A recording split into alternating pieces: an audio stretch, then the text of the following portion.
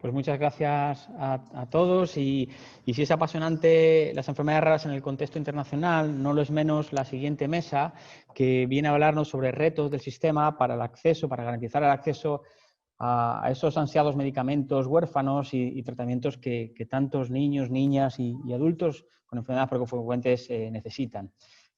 Como moderadora ya nos ha sido excelente y en esta mesa pues contamos además con un moderador, Bernat Soria, que además todos ustedes le conocen, fue ministro de Sanidad durante una temporada en el Gobierno de España y que además nos va a poder pues deleitar junto con otros expertos en el tema que nos ocupa. Por tanto, muchísimas gracias, Bernat, y tienes la palabra. Muchas gracias a los organizadores, muchas gracias también a los participantes. Es extraordinario tener 500 personas conectadas en un tema que es relevante, pero que está muy fragmentado. Gracias también a la mesa anterior por las excelentes presentaciones, aunque en esta nueva mesa voy a pedir a los ponentes que recorten un poco el tiempo de su participación.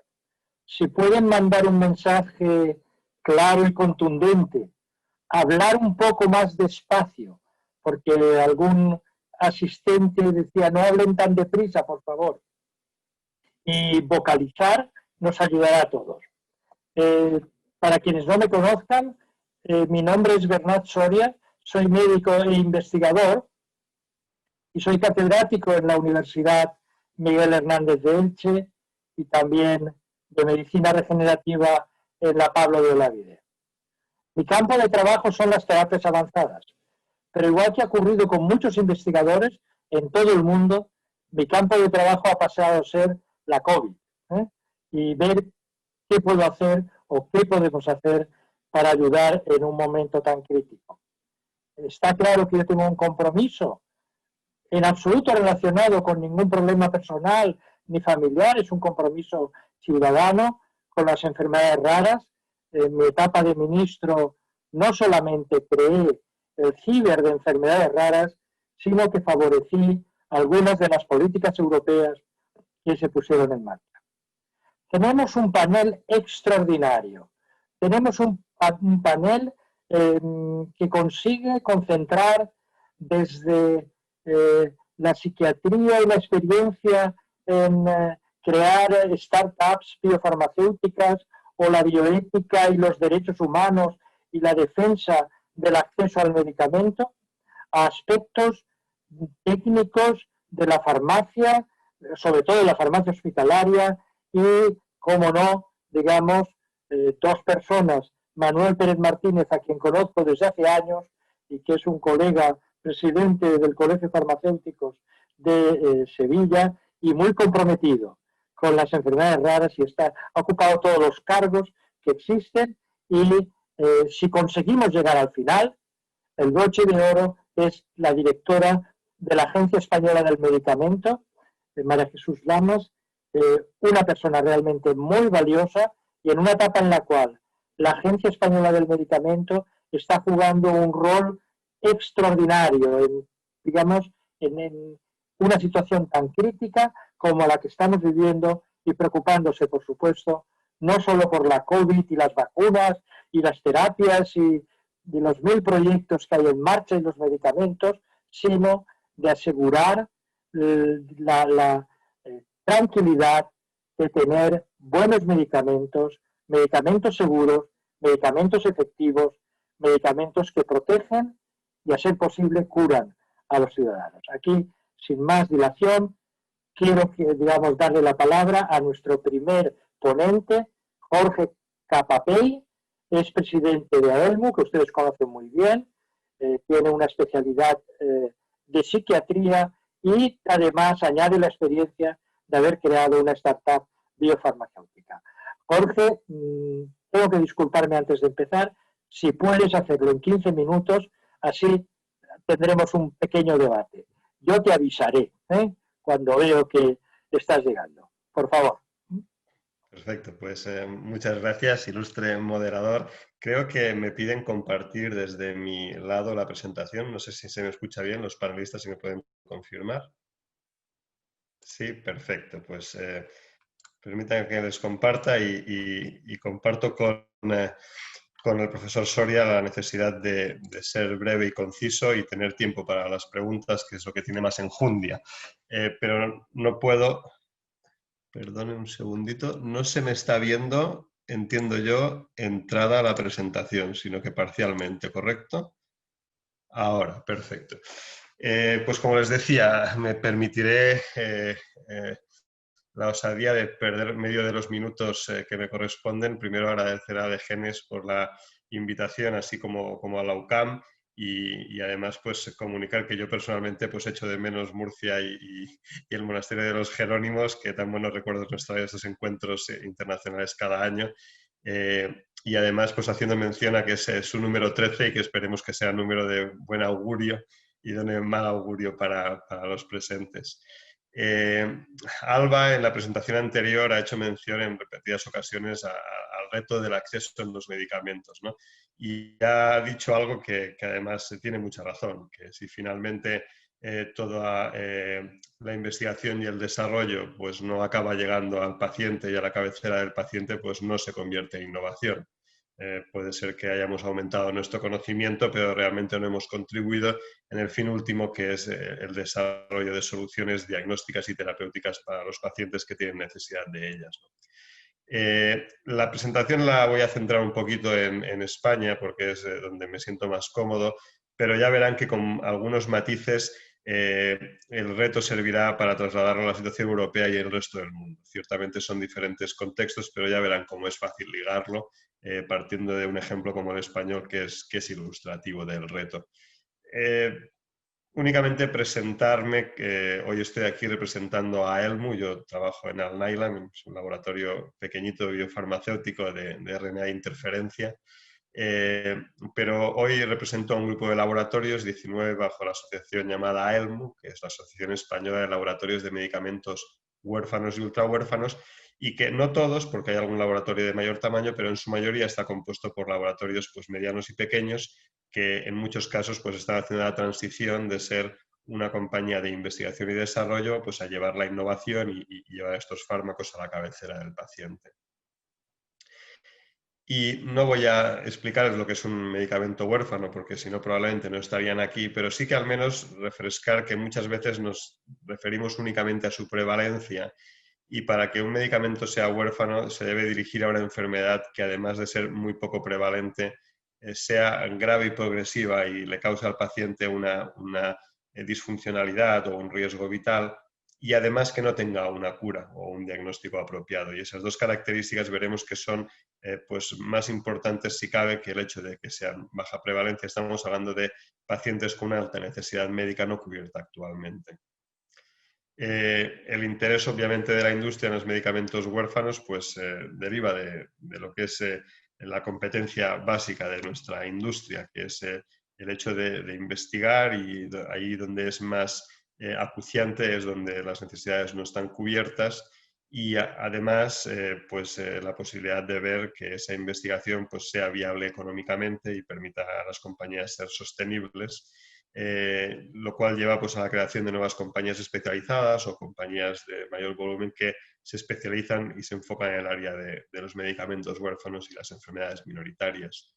Y casi que saltándome alguna diapositiva, esta historia empezó en Europa, pero no únicamente en Europa, sino también en Estados Unidos hace unos 20 años, con una regulación que lo que venía era a apoyar el desarrollo de medicamentos para enfermedades poco frecuentes, y básicamente por dos vías. Una era la ayuda regulatoria, que iba desde bajar las tasas regulatorias para poder licenciar un fármaco, para poder, digamos, que te aprueben un fármaco, a el hecho de poder desarrollar conjuntamente, pues con la EMA en este caso, el protocolo de los estudios clínicos que nos podría llevar a una aprobación. Con lo cual hay un apoyo a estas empresas que quieren estudiar estas áreas, y además hay una protección de la exclusividad de mercado durante 10 años para que se entiende que se pueda recuperar la inversión hecha en estas áreas terapéuticas.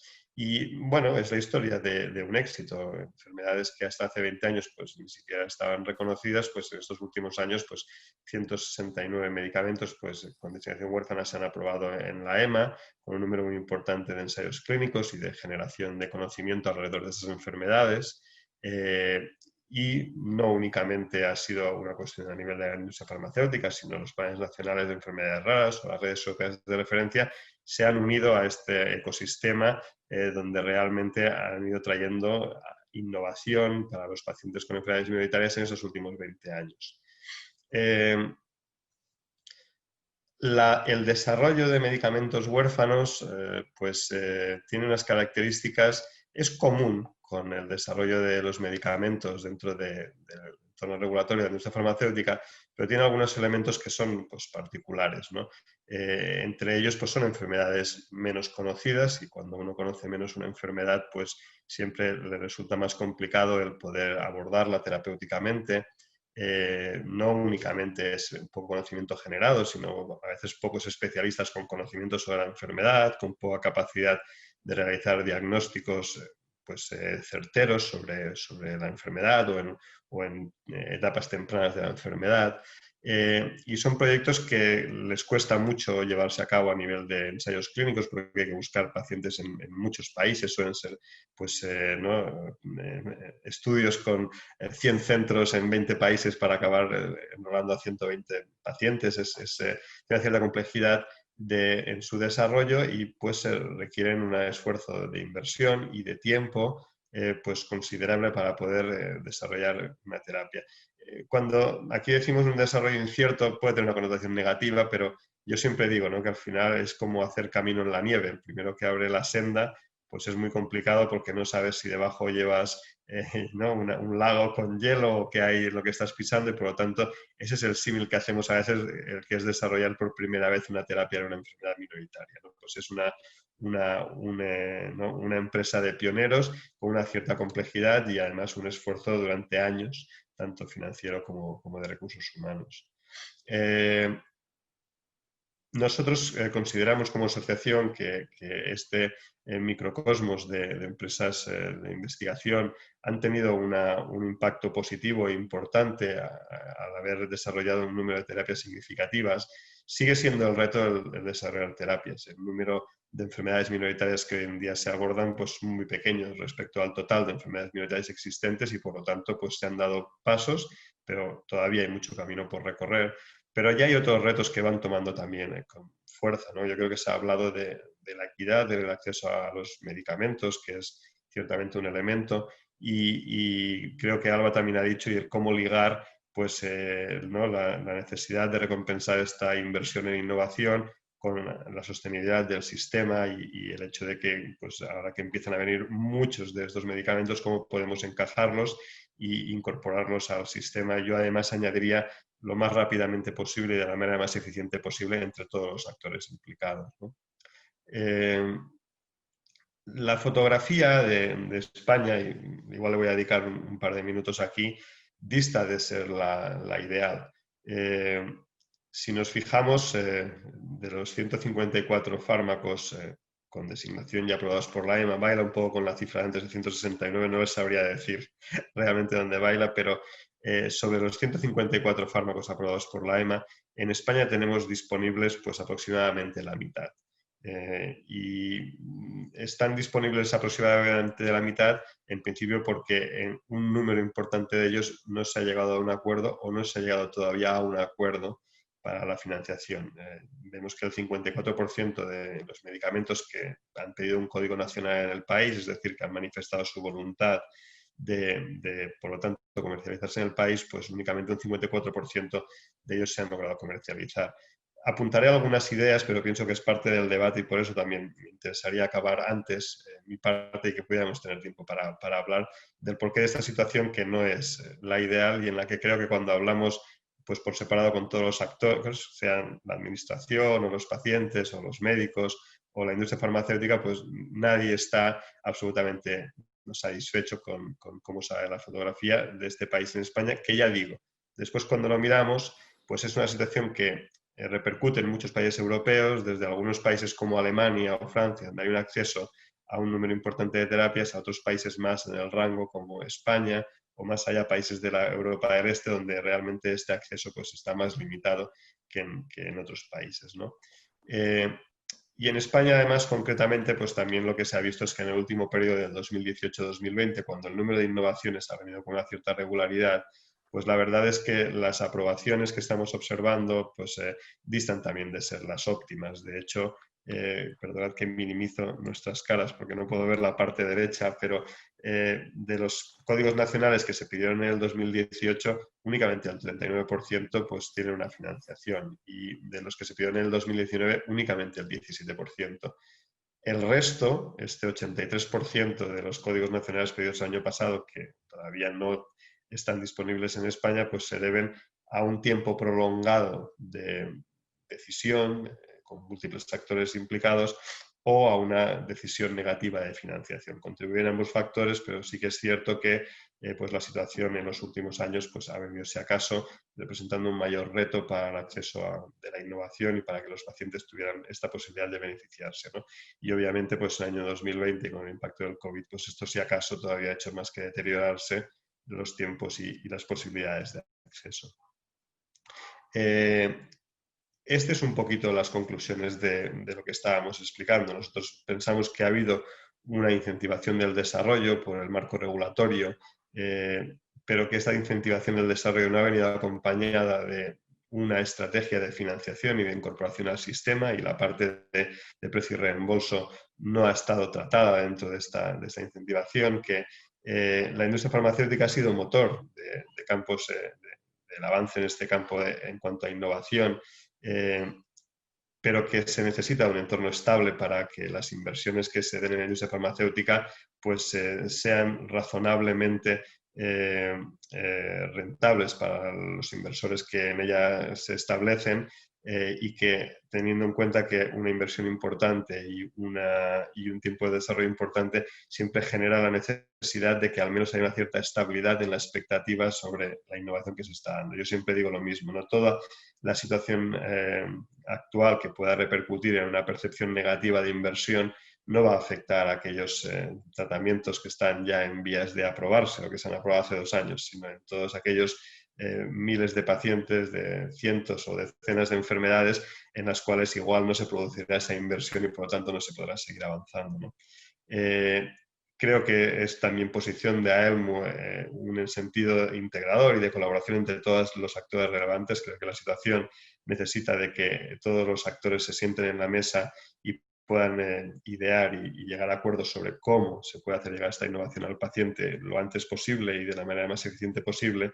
Y en este equilibrio yo pienso que es importante el sentarse en todas las mesas y el hablar, sobre todo pues, de las dificultades de acceso de pacientes con enfermedades raras en España y de la necesidad de poder dar salida a esta situación. Y pues me gustaría acabar con un tono un poco positivo. Creo que realmente estamos en una situación muchísimo mejor que hace 20 años, que parte del problema es la gran innovación que se ha dado y que nuestra responsabilidad como actores es seguir apoyando esta innovación para que de aquí 20 años digamos pues que ha seguido incrementándose esta capacidad de poder tratar a los pacientes, y por lo tanto pues viéndolo como un mal del crecimiento, la necesidad de incorporar esta sostenibilidad a incorporar la innovación al sistema, pues ahí va a estar, supongo, la discusión y los retos que tenemos de frente nuestro. Muchas gracias.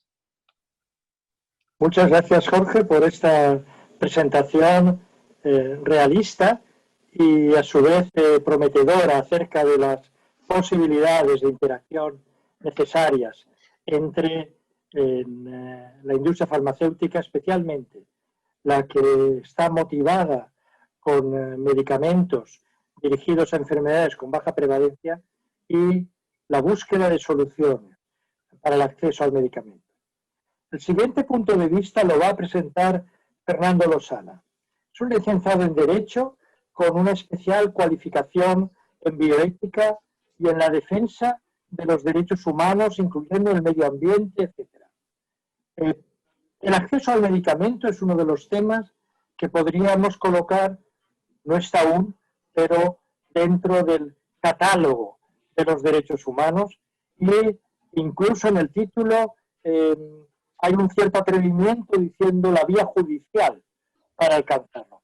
Así que, Fernando, por favor, darnos el punto de vista del letrado experto en bioética y en acceso, digamos, al mercado o en acceso a medicamentos. Hola, buenas tardes. Muchas gracias. Sobre todo, en primer lugar, agradecer a DGENES y a la organización del Congreso esta participación. Por supuesto, agradecer la presentación realizada por el moderador. Y bueno, como se nos pide brevedad y se nos pide concisión, vamos a hacerlo breve y conciso, como si esto fuera un juzgado y su señoría me estuviera llamando a la orden para que acabara. La cuestión es la siguiente. Bien, esto es una situación.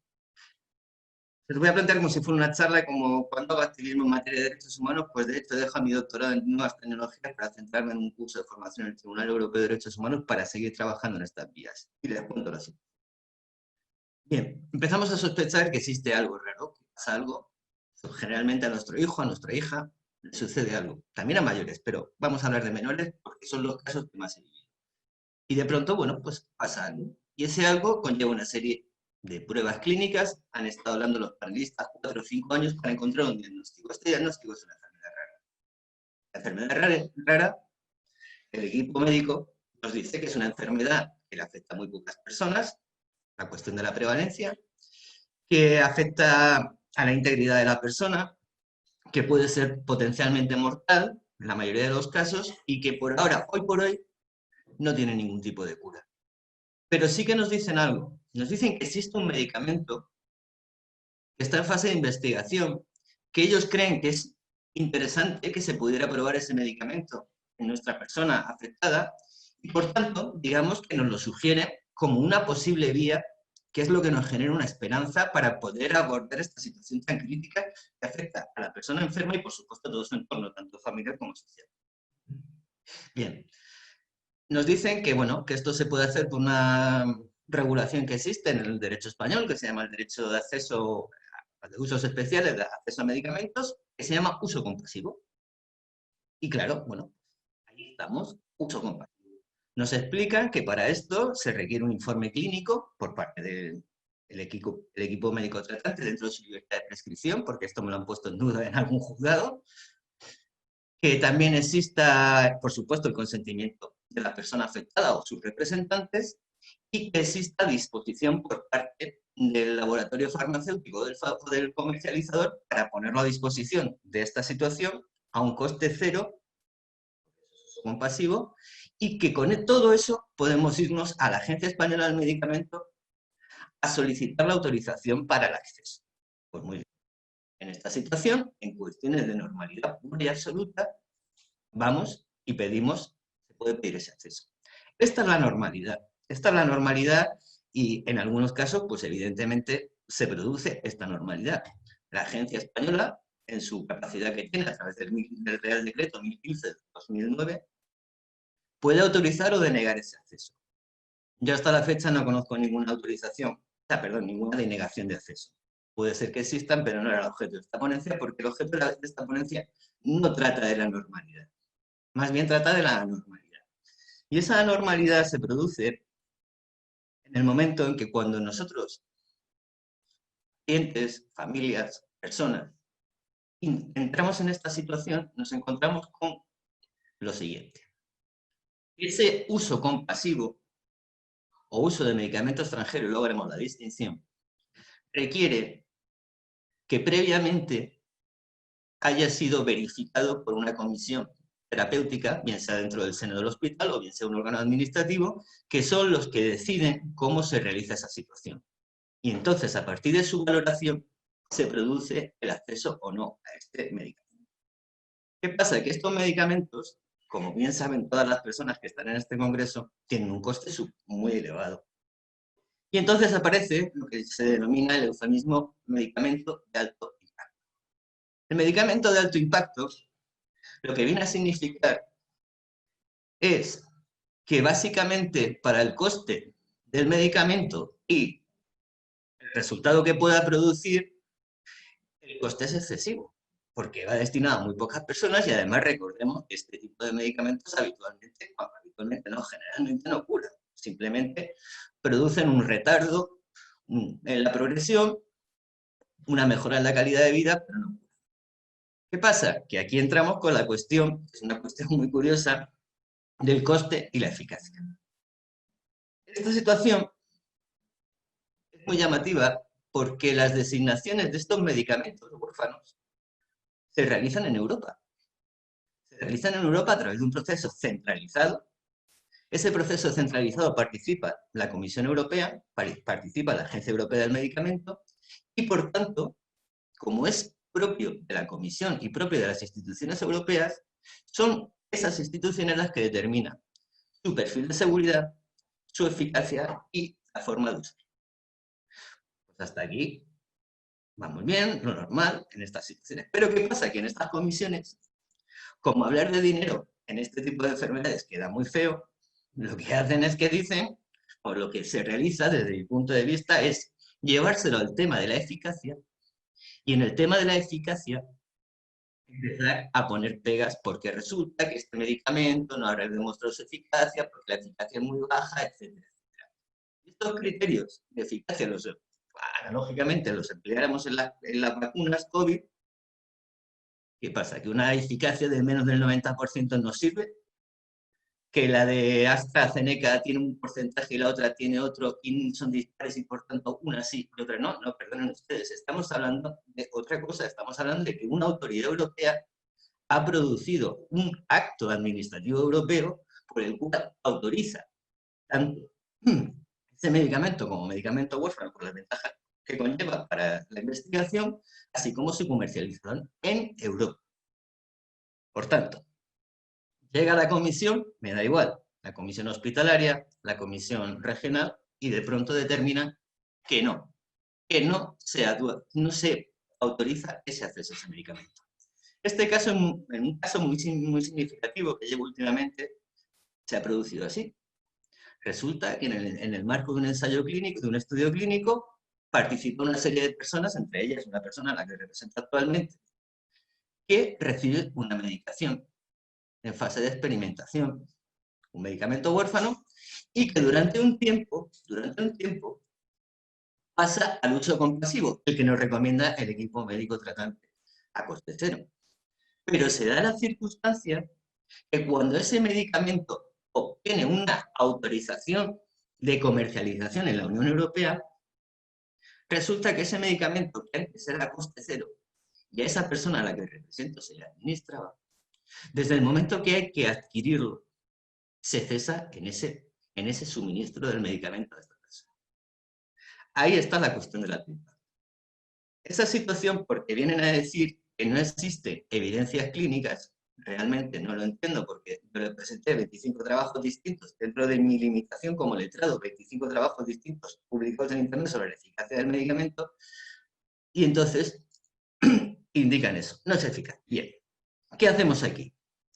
Debemos recordar que los medicamentos huérfanos son medicamentos también de uso hospitalario, por tanto, se tiene que realizar su adquisición por parte del servicio de farmacia hospitalaria. O sea, yo no puedo llegar como persona normal y corriente a ningún sitio a pedir un medicamento huérfano porque a mí no, por las cuestiones de uso, por el coste, por la incidencia en la salud pública, la cuestión que corresponda, yo no tengo acceso. Entonces, tengo que ir a esta vía. ¿Cómo lo hacemos? Ya sabemos que nos han dicho que no. ¿Cómo lo hacemos? Pues ¿cómo lo hacemos? Pues de la siguiente manera. En primer lugar, se da la circunstancia también que nosotros no somos parte de ese procedimiento administrativo. Este procedimiento administrativo se inicia por el facultativo tratante, se realiza toda la recopilación de la información necesaria que precisa o de los requisitos que se precisan en el Real Decreto y se traslada o bien a la dirección del hospital o bien a la comisión regional correspondiente. Por tanto, puede ser, y así ha sido, que haya resoluciones por parte de estos órganos, bien sea de la dirección del hospital a partir de su comisión terapéutica o bien sea de la comisión de farmacia autonómica, que nunca jamás tengamos conocimiento de los mismos, salvo la respuesta que nos puede dar el médico cuando le preguntamos aquello de ¿cómo va lo mío? Y nos diga, pues no, lo tuyo no va porque resulta que no se aprueba. Y aquí es donde realmente entramos con el acceso.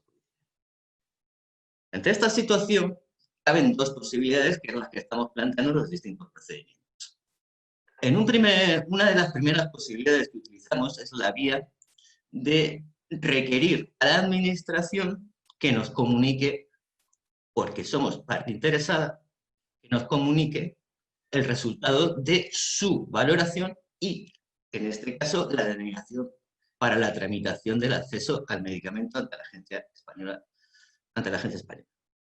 Otra posibilidad es que, a la vista de la reiteración por parte del equipo tratante de que se ha producido un empeoramiento, se vuelva a recomendar el uso del medicamento y, por tanto, a partir de lo dispuesto en la Ley de la Jurisdicción Contencioso Administrativa, requerimos a la Administración para que en el plazo de 20 días proceda a la realización de todos los trámites necesarios para que se conceda la autorización de uso por parte de la AEMS. ¿Cómo lo argumentamos? Y lo digo por no ser muy largo. ¿Cómo lo argumentamos? Lo argumentamos de la siguiente manera.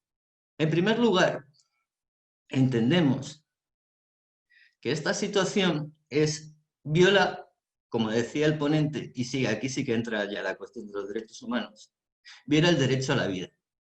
Pero ese derecho a la vida no solamente en el artículo 15, que recoge nuestro texto constitucional. Ese derecho a la vida es un derecho humano, es el primero, es el fundamental, después de la dignidad humana. Y en segundo lugar, la Unión Europea, en su Carta de Derechos Fundamentales, también habla de este derecho, el derecho a la vida.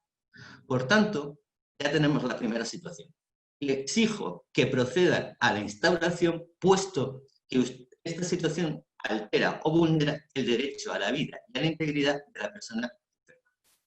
En segundo lugar, y como también sabemos que está pasando, porque de hecho, que así concurre, sabemos que hay otras personas recibiendo este tratamiento. Este tratamiento, cualquier persona lo puede recibir, pues, por ejemplo, en Cataluña o en Andalucía. ¿Por qué resulta que la comunidad o el Principado de Asturias determina que no? Si allí sí y aquí no. Eso también viola la igualdad ante la ley. Ante esa situación también requerimos que se produzca esta situación. Y en tercer lugar, les indicamos que todas las decisiones relativas a la vida y a la integridad física y emocional del menor tienen prevalencia sobre cualquier decisión de tipo público o privado que afecte a sus intereses, que es lo que se llama, en la Ley Orgánica del Menor, el interés superior del menor. Con todas estas situaciones, lo que hacemos es que nos vamos, bien tengamos el acto administrativo comunicado, o bien hayamos requerido, que hayan pasado los 20 días y no se haya efectuado esa instauración de tratamiento, o al menos los trámites para que se instaure, vamos a la vía de la jurisdicción contenciosa administrativa.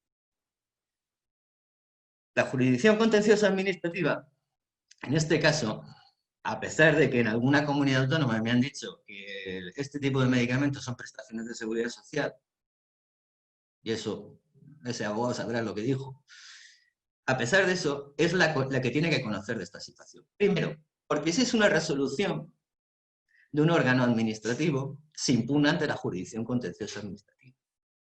Pero en segundo lugar, si un centro hospitalario, el que sea, no accede a realizar los trámites necesarios, incurre en lo que se denomina inactividad. Entonces, toda esta situación la llevamos al juzgado. En el juzgado planteamos, a través del artículo 115 y siguientes de la Ley de la Jurisdicción Contenciosa Administrativa, planteamos un procedimiento especial de protección de derechos fundamentales de la persona.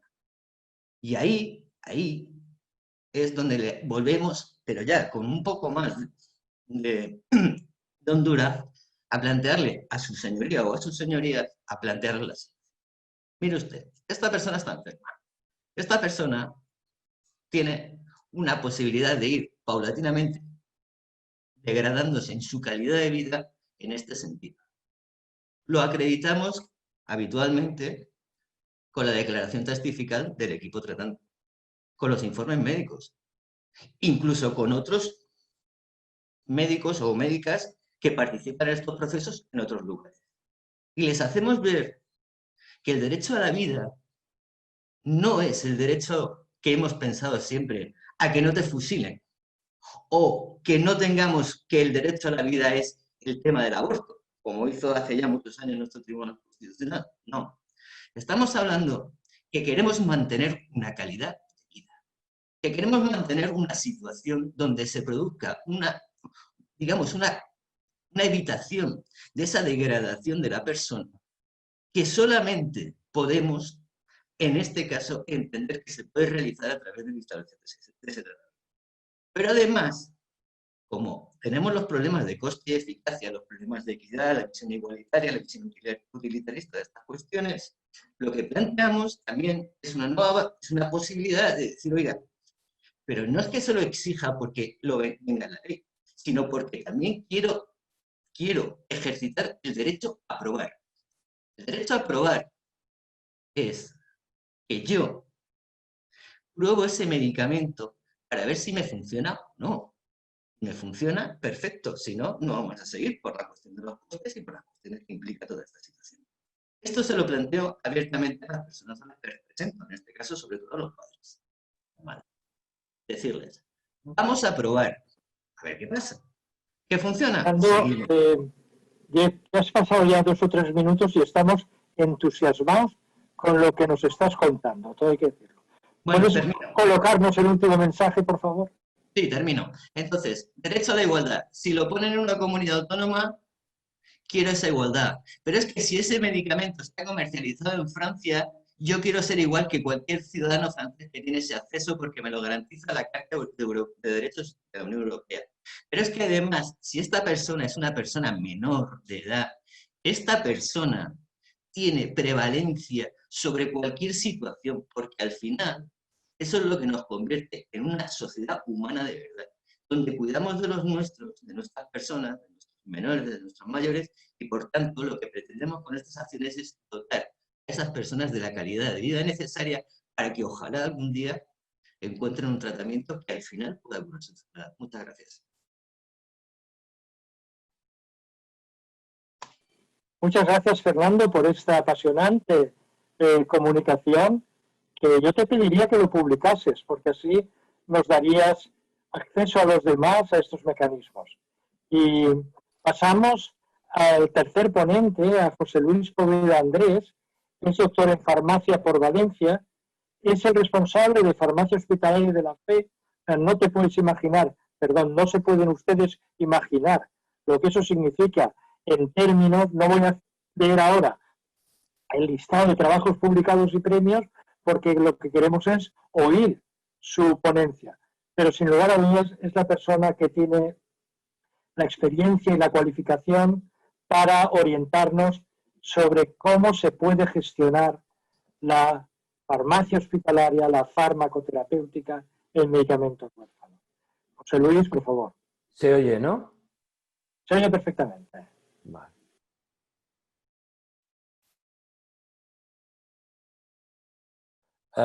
Bueno, en primer lugar, dar las gracias a la Asociación de Genes y también, desde luego, es un honor estar rodeado de tan ilustres compañeros de mesa y de la representación tan alta de las instituciones, ¿no?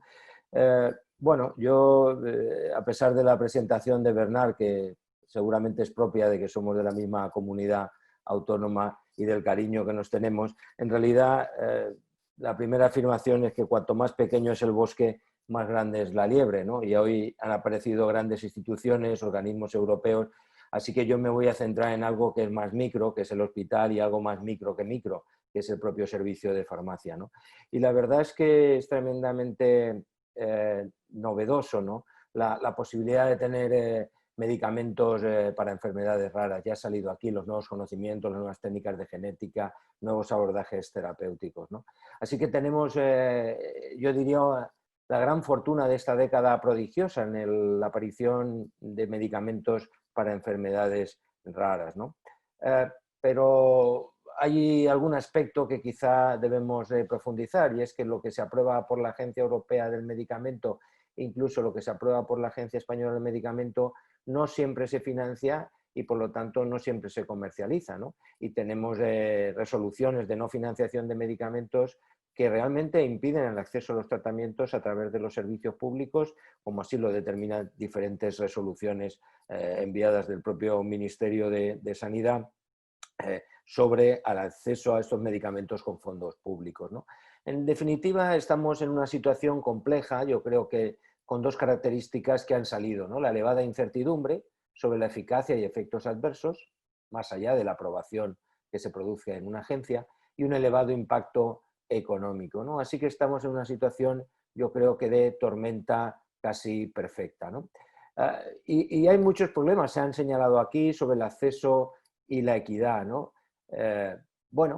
Solo estos son datos de AELMU, ¿no? Para ver un poco que hay décadas que nos marcan, ¿no? Del 2002 al 2011 realmente teníamos pocos medicamentos aprobados por la Agencia Europea, pero básicamente casi todos en España, el 90,5% estaban aprobados, ¿no? Después nos llegó la época de la crisis y entonces no se aumentaron el número de medicamentos aprobados considerablemente, pero desgraciadamente se disminuyó mucho el acceso, ¿no? Prácticamente solo 1 de cada 3, de cada 4, ¿no? Así que realmente vemos que en épocas de crisis realmente el acceso a los tratamientos pues también se deteriora, ¿no? En términos generales estábamos hablando de casi del 54,2%. Bueno, estos son datos ya más recientes, son del año pasado, a finales del año, diciembre, 113 medicamentos huérfanos. La verdad es que las cifras pueden variar porque hay medicamentos que tienen designación de medicamentos huérfanos que después pierden esa designación al cabo del tiempo, ¿no? Entonces, lo que hablo son los de medicamentos que están actualmente con designación de medicamentos huérfanos, pues un 45% no estaba comercializado en España. ¿Ha mejorado esta situación con el COVID? Pues tenemos 116 medicamentos huérfanos y el 50,9% no están comercializados en España. Comercializados significa que tengan resolución de precio y financiación pública, ¿no? Y por tanto tengan acceso la población. Es probable que algunos medicamentos están comercializados y tú puedas ir a entidades privadas a administrárselo, pero lo que hablo es del Sistema Nacional de Salud y de acceso a estos tratamientos con fondos públicos, ¿no? Así que a fecha de hoy ya podemos decir que hemos batido un honroso récord, que no creo que sea como para estar orgullosos, que más de la mitad de los medicamentos aprobados por la agencia ya los pacientes no tienen acceso en este país. Bueno, y yo voy a explicar un poco qué papel nos toca a los farmacéuticos, ¿no? Que tenemos que distribuir presupuestos no solo entre enfermedades raras, sino en el conjunto de patologías y en el conjunto de un presupuesto que no es ilimitado, ¿no? Bueno, ¿quién asigna los precios de los medicamentos huérfanos? No somos nosotros, los hospitales. Es al final una resolución de la Dirección General de Cartera Común, en su día la Dirección General de Cartera Básica, ¿no? ¿Y quién asigna los presupuestos? Pues hay algunas comunidades que tienen asignación de presupuestos específicos, pero otras no tienen asignación de presupuestos específicos para el acceso a medicamentos, ¿no? Por tanto, digamos, nosotros que estamos en el hospital no decidimos los precios y tampoco decidimos si va a haber una partida presupuestaria específica para medicamentos huérfanos, ¿no? Bueno, y esto no es baladí, estos son los datos desde 2015, lo que significa el gasto en medicamentos huérfanos en un hospital de referencia en España, ¿no? con múltiples unidades CESUR, ¿no? Bueno, pues nos gastamos el año pasado o invertimos, digamos, en medicamentos huérfanos 43 millones, más de 43 millones de euros, es decir, prácticamente el 27,5% del presupuesto. Ya entenderán que eso tensiona bastante a la organización en términos de tener que responsabilizarse de lo que es esta inversión y del gasto.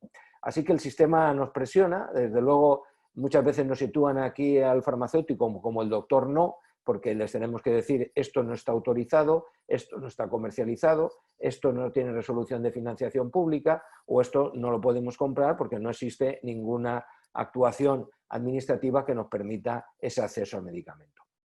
Y la sociedad obviamente quiere y los pacientes quieren acceder a esos medicamentos, así que a veces estamos en una especie de sándwich realmente pues que es una posición que a veces yo refiero un poco como las segundas víctimas, ¿no? De todo este proceso. La primera víctima son los pacientes que no tienen el acceso y la segunda víctima somos los farmacéuticos que nos tenemos tensionado por todos los sistemas. Y no es extraño, bueno, pues que nos ven, digamos, como el doctor no, cuando en realidad nuestras funciones realmente tienen que ver con favorecer el acceso, ¿no? Y es lo que voy a intentar explicar a través de este recorrido de la farmacia hospitalaria y lo que hemos trabajado por ello, ¿no? En 3 ámbitos, que es la evaluación de medicamentos huérfanos, en la gestión y dispensación de los mismos y en la búsqueda de medidas de eficiencia para mejorar el acceso y garantizar el acceso. En la evaluación y selección de medicamentos hemos trabajado como farmacéuticos de hospital a través de nuestra propia sociedad, en establecer criterios a través del grupo de evaluación de novedades y estandarización de investigación en selección de medicamentos que nos permitían tener informes de valor sobre el valor terapéutico de los medicamentos. En eficacia, en seguridad, hay aspectos de área económica, pero también otros aspectos, ¿no? Y esto es lo que llamamos el programa madre, que sirve como evaluación de estos medicamentos.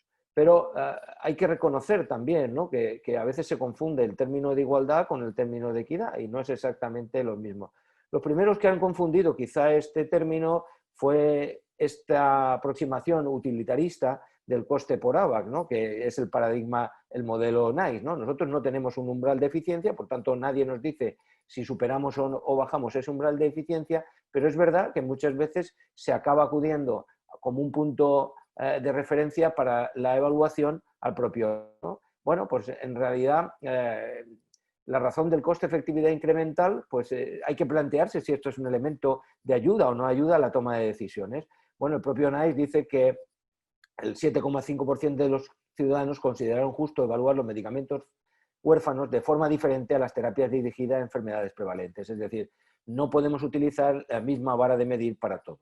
De hecho, el mismo NICE y aquellos organismos que utilizan esta metodología han cambiado sus umbrales. Y ahora estamos hablando de umbrales de entre 20.000 y 80.000 euros por ABAC y en las ultra raras todavía es umbral más alto. Bueno, yo creo que realmente este concepto del umbral, del coste-efectividad incremental, a mi juicio, y esto es un tema personal, creo que desde luego está superado y hay multitud de países europeos que han abordado desde la mejora del beneficio clínico, de los algoritmos de clasificación clínico en términos de la innovación, y creo que es una medida métrica de coste-efectividad a través de economía de la salud, pero no sé si es el mejor modelo. En cualquier caso, nosotros desde la sociedad hemos trabajado por un análisis de decisión multicriterio que curiosamente está alineado, curiosamente no, está alineado con lo que son los criterios de financiación que especifica el propio Boletín Oficial de Estado, que no nos dice solo el valor terapéutico y social del medicamento y el beneficio clínico incremental y su relación coste-efectividad, es decir, el punto C. Nos dice que tengamos atención a la gravedad, a la duración y secuelas de las distintas patologías, a las necesidades específicas de ciertos colectivos, a la racionalización del gasto público, a la existencia de medicamentos u otras alternativas y al grado de innovación. Y en cambio estamos poniendo siempre el foco, parece que en la relación coste-efectividad, desatendiendo la gravedad, la duración, las secuelas de las patologías o las necesidades específicas de ciertos colectivos. Nosotros, como grupo de trabajo dentro de la sociedad, el grupo Orfasec ha desarrollado esta metodología, bueno, con estos criterios, que son criterios relacionados con la enfermedad, criterios relacionados con el tratamiento y criterios contextuales. No se los voy a explicar porque ya hay un marco conceptual publicado en el que hemos participado, y también una herramienta que nos permite esa evaluación de medicamentos huérfanos. Y es lo que estamos intentando trasladar realmente a las organizaciones y a las instituciones, que hay formas de medir y hay metodologías complementarias para la evaluación de fármacos que quizás nos permitirían una aproximación a un resultado no tan catastrófico como el que estamos teniendo, de que más de la mitad de los medicamentos no están aprobados, a veces por condiciones económicas u otras veces porque se considera que el beneficio o la aportación de valor es insuficiente. El segundo aspecto es la gestión y dispensación de medicamentos huérfanos, donde participa el servicio de farmacia básicamente en un área como es el área de pacientes externos. El 39% de los medicamentos con designación activa se dispensan en estos momentos a través de pacientes ambulatorios, a través de las unidades de pacientes externos de las farmacias, y tenemos que hacer a veces encajes de bolillos, porque también, como se ha señalado, a veces no es un problema. Lo que tiene financiación y tiene resolución de financiación, no hay problema. Pero hay muchos medicamentos que están a veces en lo que denominamos el limbo. No tienen resolución no expresa de no financiación, pero todavía no tienen la resolución ni de sí ni de no. Y acudimos a los organismos de las comunidades autónomas para que intenten armonizar una decisión basada en criterios de inclusión de los pacientes, seguimiento, etcétera. Porque lo que estamos buscando precisamente es ante la incertidumbre, buscar una certidumbre administrativa que posibilite el acceso. A veces lo hacemos también, y se ha señalado, con medicamentos extranjeros o con indicaciones diferentes a las aprobadas. Y, por supuesto, siempre buscando la posibilidad de ofertar al paciente ese acceso a través de ensayos clínicos como una oportunidad. Así que yo diría que el farmacéutico, más que el doctor, no es un aliado realmente para conseguir el acceso a los medicamentos. Y cuando no están disponibles, ¿qué hacemos? Pues algo tan sencillo que llevamos haciendo toda la vida, que son formulaciones magistrales. Este es el laboratorio de farmacotecnia de nuestro hospital. Esta es la relación de fórmulas que hacemos para medicamentos sin designación de medicamentos huérfanos, pero con necesidades con pacientes huérfanos. Y esta es la base de datos que utiliza la propia sociedad con más de 50 principios activos, 54 fórmulas que permiten el tratamiento de muchos pacientes, a veces sintomáticos, a veces de otro tipo, pero que posibilita el acceso a lo que no ha desarrollado la industria farmacéutica que hemos desarrollado en los hospitales. Por último, también hablar de la preparación y adecuación de dosis, que es una parte muy importante para conseguir el acceso en las mejores condiciones a través de las preparaciones en las áreas blancas estériles, etcétera, donde un 21% de los medicamentos con designación activa necesitan de nuestra preparación en los hospitales. Y también trabajamos, porque también entendemos que trabajar en la sostenibilidad permitirá que más pacientes puedan acceder a medicamentos, ¿no? En la individualización terapéutica, a partir de programas de optimización en la farmacocinética, que nos permiten reducir sin dañar a los pacientes o teniendo los mismos resultados, ahorros importantes, o buscando nuevas fórmulas de financiación, como en nuestro caso son los contratos de riesgo compartido. Es decir, plantear qué resultados a priori estimamos del fármaco y plantear una relación win-to-win con la industria, de tal forma que podamos acceder al tratamiento, que los pacientes puedan ser tratados y en función de los beneficios pagar. Nosotros desde el año 2016 llevamos haciendo esta actividad con, yo creo que importantes beneficios, sobre todo porque han permitido el acceso a muchos pacientes y también porque los resultados han sido de efectividad plena, por tanto hemos acertado, ¿no? Algunos medicamentos con designación todavía o no resolución todavía de precio y financiación. Y también, bueno, seguimos insistiendo desde hace mucho tiempo que a lo mejor hace falta un fondo económico específico, ¿no? Bueno, esto ya se ha presentado en diferentes foros, en el Ministerio de Sanidad y Servicios Sociales e Igualdad en su tiempo, y no es una propuesta extraña, ¿no? El Reino Unido y Holanda tienen un fondo nacional controlado de forma centralizada, Francia, Holanda y el Reino Unido tienen un presupuesto destinado específicamente a medicamentos huérfanos y hay una corresponsabilidad, en el caso del Reino de Holanda, inferior al 5% asociado al propio hospital y el 95% procede del fondo específico. Por tanto, esa situación es posible. Y después hay algo que también es importante, hay que acceder al medicamento, pero hay que acceder al farmacéutico. Hemos preguntado a los pacientes realmente cuál es su vinculación con este acceso a los farmacéuticos y nos hemos dado cuenta que realmente los pacientes no solo quieren acceder al medicamento, sino quieren acceder al farmacéutico y quieren disponer más tiempo de él, quieren que tengan un farmacéutico especializado en enfermedades raras, quieren que le pongamos canales de información diferente al que le estamos dando, quieren que les dispensemos en espacios seguros y por eso nosotros también desde los servicios de farmacia hemos dado una vuelta de 360 grados con el desarrollo de buenas prácticas de humanización en enfermedades raras, para establecer cuáles son los estándares de humanización de los servicios de farmacia respecto a la atención a pacientes con enfermedades raras. Este es el desarrollo del grupo de trabajo y estos son los estándares, ¿no? 5 líneas que tienen que ver con la cultura de humanización, empoderamiento del paciente, cuidado del profesional, espacios físicos y confort y organización de la atención. Y en esa organización de la atención ha tenido un aspecto muy relevante en estos momentos, en el COVID, la dispensación a domicilio y todo el esfuerzo tan loable que se ha hecho desde los servicios de farmacia mayoritariamente para que el acceso a los medicamentos no fuera un inconveniente en estos tiempos de la pandemia. Nosotros, afortunadamente, en el Hospital La Fe, pues teníamos ya experiencia en el 2011 porque ya dispensábamos a domicilio a los pacientes con coagulopatías y, por lo tanto, la puesta en marcha quizás ha sido menos dificultosa que en otros hospitales, pero en términos de magnitud igualmente necesaria. Bueno, y nada más. No sé si me he ajustado al tiempo, Bernat, pero como no me ha llamado la atención, supongo que sí. Perfecto, José Luis. Y no solamente en el tiempo, sino en la claridad del mensaje y igual que con los otros participantes, en el realismo, en la aproximación. Porque todo esto hay que resolverlo en el real life, en el real world. Así que pasamos al siguiente ponente, que es Manuel Pérez Martínez. No necesita presentación en este ámbito. es presidente del Colegio de Farmacéuticos de Sevilla y si quiero abreviar mucho su presentación y su currículum, creo que es un ejemplo de compromiso, ¿eh? Un ejemplo de compromiso con las enfermedades raras. Así que, Manuel, por favor.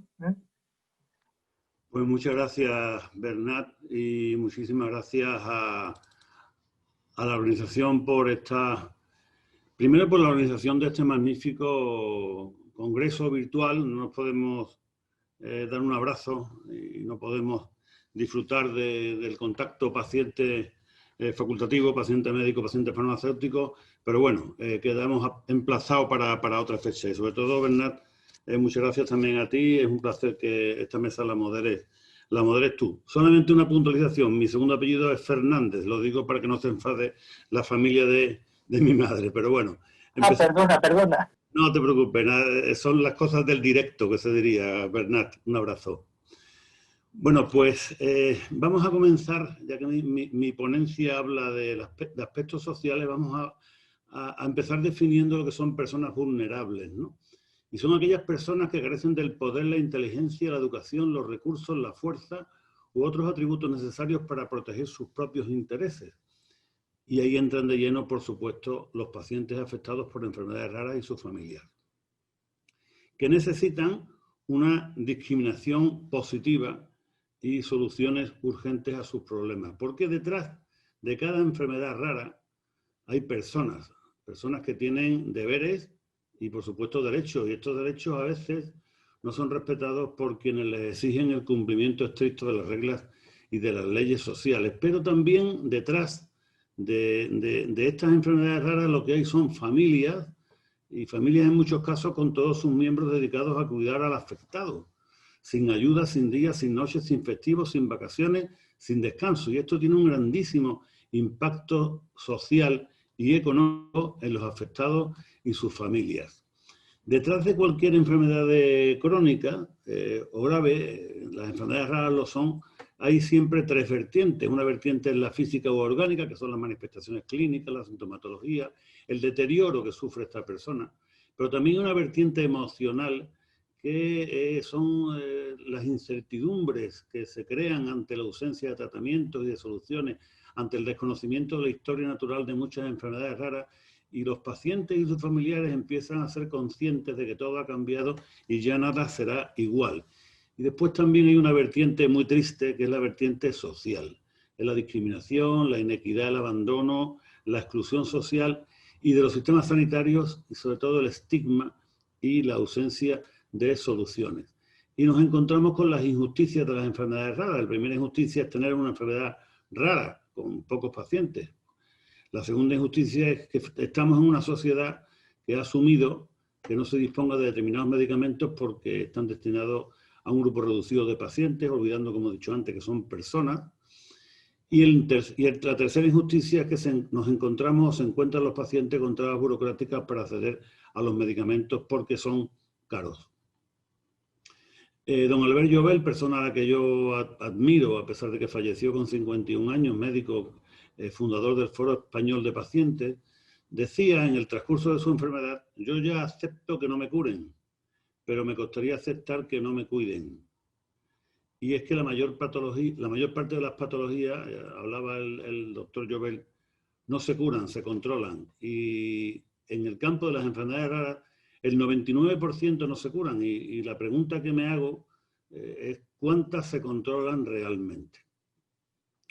La realidad de las enfermedades raras, al no conocerse tratamiento alguno para la mayoría de ellas, que sea capaz al menos de aliviar la calidad de vida de los pacientes y sus familiares, pues en muchos casos queda solamente pues el amor, los cuidados de la familia, que por supuesto están garantizados. Y la pregunta que también nos hacemos todos es que hasta cuándo faltarán esos tratamientos que sean al menos capaces de aliviar la calidad de vida de los pacientes y de sus familiares. Y si se encontrarán alguna vez esos tratamientos. Ya se ha definido lo que son las enfermedades raras, los medicamentos huérfanos. Solamente quiero que se queden con la idea de que el 80% tienen origen genético y que el código genético va a marcar a los enfermos y a condicionar la aparición o no de estas patologías. y que dentro de los grandes desafíos que se encuentran en estos campos científicos, médicos, asistenciales y sociales, nos encontramos con 3 problemas generales de las enfermedades raras. El primero, establecer el diagnóstico; el segundo, encontrar el tratamiento; y el tercero, el desconocimiento social. Y sobre todo también me gusta recordar siempre que hay numerosas personas sin diagnóstico, sin respuesta a la pregunta ¿qué padezco? Y en estos campos ya ha sido perfectamente expuesto a lo largo de la tarde. Se han producido avances importantes, pero también se ha producido un estancamiento debido a la COVID. Estancamiento de nuevos medicamentos, de financiación y de ayuda a asistencia social. Y es que 9 de cada 10 pacientes han visto interrumpida la atención a su patología debido a la COVID, según datos de la Federación Española de Enfermedades Raras. Y el doctor Posada, que nos ha honrado con su presencia a lo largo de la tarde, nos ha enseñado parte de lo muchísimo que sabe, pues habla del impacto negativo de la COVID y la atención de las enfermedades raras, que ha sido de un 30% en acceso a tratamientos diagnósticos e investigación. Y también dijo en el 8º encuentro iberoamericano de enfermedades raras, hace escasamente 3 semanas, algo que también ha repetido hoy, es que las líneas de investigación y los propios investigadores se están desplazando a investigar la COVID donde hay más fondos para ello. Esto es comprensible desde el punto de vista humano, pero también es terrible desde el punto de vista humano, también es terrible. En cuanto a los problemas de diagnóstico, pues citando al doctor Lapuncina, hay un grave problema de diagnóstico e inequidad en el diagnóstico de enfermedades raras. En cuanto a problemas de investigación, citando al doctor Ispizúa, pues sé que la investigación en enfermedades raras es escasa y es fundamental compartir la información y coordinar la investigación. Y hay un aviso, una frase que es muy significativa, y es que si médicos y científicos no mejoran su comunicación, se seguirán curando ratones, pero no personas. Y es que solo el 20% de las enfermedades raras son investigadas. Y el tercer punto era el desconocimiento social. Y es que si la sociedad no conoce los problemas, no hará nada para solucionarlos. Por tanto, es fundamental la difusión y la comunicación. Y con eso lo que se consigue es dar visibilidad, y en ello están las asociaciones de pacientes que tienen esto como prioridad. Y es que sin difusión y comunicación no hay humanización de la sanidad. Y es siempre el eterno dilema de lo que se ve versus lo que existe. ¿Consiguen los pacientes la administración de medicamentos huérfanos con normalidad? Ya se ha visto que no. La magnífica exposición de don Fernando Lozana. Y es que hay numerosas trabas, desde la designación hasta la dispensación de estos medicamentos hay numerosas trabas, y eso representa una discriminación negativa y una inequidad. Hablaba al principio de que los pacientes con enfermedades raras necesitan una discriminación positiva por sus problemas, por ser personas vulnerables. Bueno, pues hay una discriminación negativa en vez de haber una discriminación positiva. Esa discriminación negativa puede darse debido a que la tramitación de medicamentos huérfanos, como ya se ha explicado perfectamente, corresponde a la Unión Europea, parte de ella, y a las agencias de medicamentos y productos sanitarios de cada uno de los países, la otra parte, ¿no? Pero en la realidad, cada país está negociando el precio por separado de las compañías farmacéuticas. Eso ocasiona retrasos en la aprobación definitiva y de que el acceso no sea homogéneo. Y es que no, como ya también se ha visto, no todos los medicamentos aprobados en la Unión Europea están disponibles en todos los países, y eso genera problemas de equidad. ¿Y por qué ocurre esto? Pues porque los reglamentos europeos no se están cumpliendo. Se está hablando de unos plazos marcados por la Unión Europea de 180 días, cuando hay estados que tardan hasta 700 días. Concretamente, tras la aprobación por la agencia europea, al día siguiente el medicamento está dispuesto en Alemania y se evalúan los resultados al cabo de un año. En cambio, en España es habitual esperar pues bastantes meses para la tramitación. Y la pregunta que nos hacemos todos es si sería aplicable el modelo alemán en España, en el resto de Europa y, por supuesto, en Iberoamérica, porque esos retrasos lo que conllevan es que los pacientes no puedan acceder a los medicamentos y que su salud se pueda deteriorar, como también ha explicado perfectamente don Fernando Lozana. Y es que al final de todo está la distribución administrativa de España, las distintas comunidades autónomas, que cada una con sus transferencias sanitarias pues están produciendo renegociaciones económicas y administrativas en cada comunidad autónoma, en cada hospital, y finalmente hace falta una autorización visado para la dispensación al paciente en la farmacia del hospital. Esta sistemática retrasa muchísimo la instalación de los tratamientos en España, y cuando ya el medicamento ha demostrado eficacia, seguridad, calidad y eficiencia, pues nos encontramos con que el precio, la burocracia y las barreras autonómicas son barreras para los medicamentos huérfanos, para el acceso a los medicamentos huérfanos. La solución creo, y así lo he defendido desde hace mucho tiempo, incluso cuando pertenecía al grupo de trabajo de enfermedades raras dentro del grupo de trabajo, dentro del Consejo Asesor del Ministerio de Sanidad, la creación de un fondo estatal para medicamentos huérfanos. Existe algo parecido, una gran coordinación en torno a la ONT, a la Organización Nacional de Trasplantes, y yo creo que debería trabajarse en el sentido de un fondo estatal para medicamentos huérfanos, como también ha expuesto perfectamente don José Luis Poveda. Creo que sería fundamental avanzar en este campo.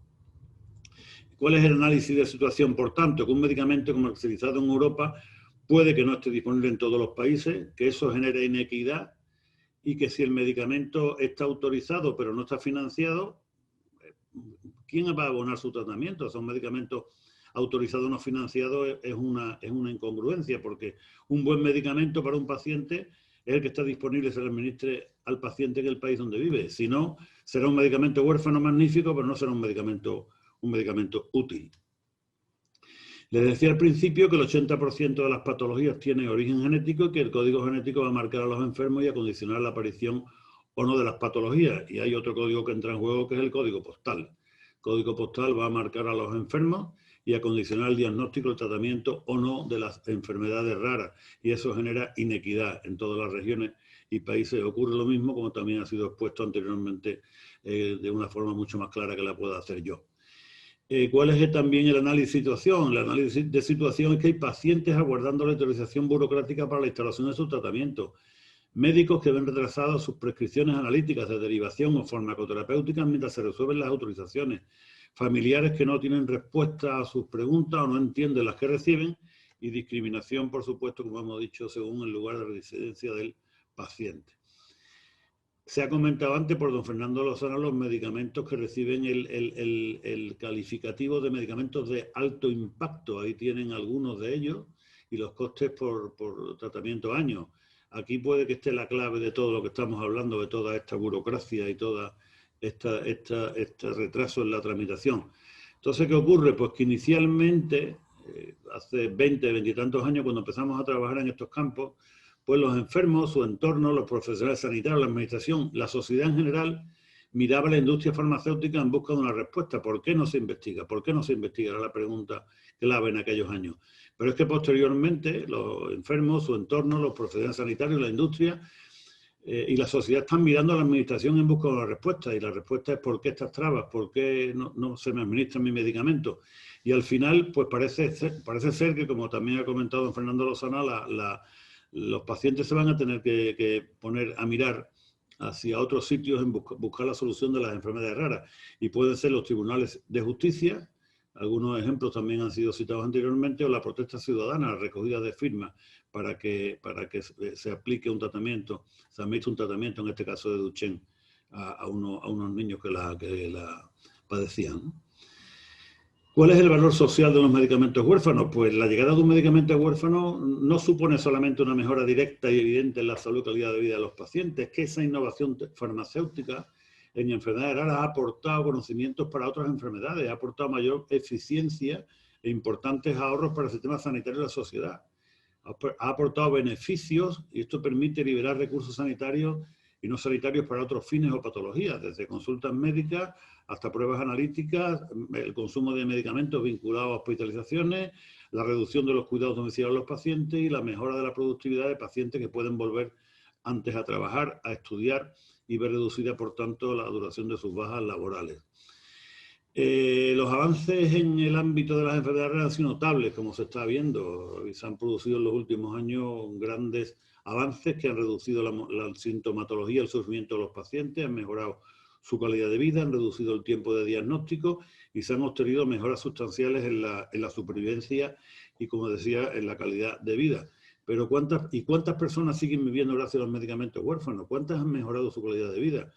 ¿Cuántas se han reincorporado a sus estudios o trabajo? ¿Y cuánta alegría ha supuesto esa novedad para el paciente y sus familiares? Por tanto, hay que animar a la investigación, hay que animar a que todos esos trámites burocráticos desaparezcan. En este momento, según datos recientes, existen 400 compañías en el mundo realizando algún tipo de investigación avanzada en enfermedades raras, y las inversiones alcanzan 6.000 millones de euros, una cantidad importante, es bastante, pero claro, ante la magnitud de 7.000 o más de 7.000 enfermedades raras y la cantidad de pacientes afectados, pues evidentemente, aunque estas cantidades y estas compañías son bastantes, pueden resultar que sean todavía pocas. Y recordar de nuevo, ¿por qué? ¿Por qué todo esto? Porque detrás de cada enfermedad rara lo que hay son personas y lo que hay son familias.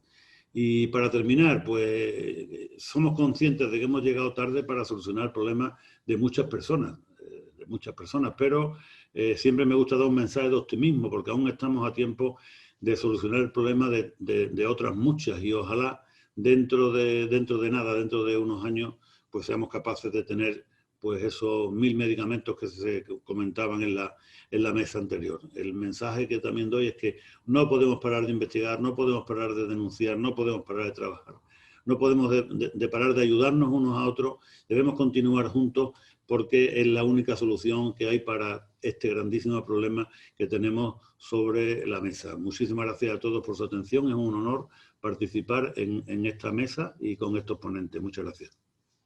Muchas gracias, Manuel, por la presentación, por la claridad. Bueno, y perdóname por haberme equivocado en el segundo apellido, pero tengo un buen amigo que es Pérez Martínez y me sale espontáneamente. Manuel Pérez Fernández. Nunca más me equivocaré. Muchas gracias. Y llegamos a la última presentación. Siempre que María Jesús Lamas no se haya marchado ante todos los mensajes que le están mandando, Aquí estoy. ponentes, la directora de la Agencia Española del Medicamento es una profesional envidiable, de primera línea.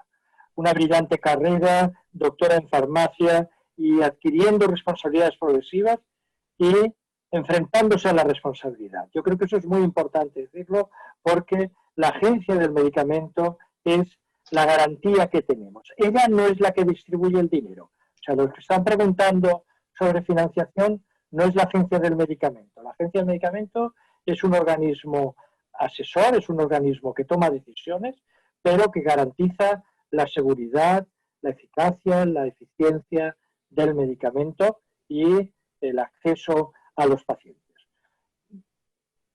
El título es la terapia avanzada o terapias avanzadas en Sistema Nacional de Salud.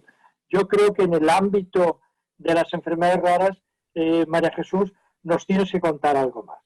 Y antes de darle la palabra, para quienes no sepan lo que es la gestión, cuando yo llegué al ministerio, yo pensaba que el ministerio era un sitio enorme donde había cantidad de ordenadores, etcétera. La Dirección General de Farmacia, de la que dependía entonces la Agencia del Medicamento, era una oficina con mesas y numerosos expedientes amontonados unos encima de otros y generaban un producto de gran valor. Se generaban informes y un asesoramiento de alta calidad. Tenemos una buena agencia del medicamento, no está bien que lo diga yo, porque yo contribuí a ese empuje. A mí me gustaría que fuese el doble de grande, que tuviese otro edificio, pero en eso no pude convencer a Pedro Solbes, porque lo podría tener. Y tener un nivel de autonomía, que es lo que necesitamos. Agencias que sean independientes del poder político. El poder político es muy importante, pero las agencias tienen que ser independientes. Al final la decisión la tomará el político, pero la agencia tiene que ser independiente. Así que, María Jesús, te toca cerrar la mesa y un trabajo muy difícil. Ánimo. Muchas gracias, Bernat. La verdad es que lo has puesto fácil porque has hecho una presentación ya de la agencia que pone el marco a lo que voy a contar después. Dejadme que os dedique ahora un minuto a compartir esto. La presentación.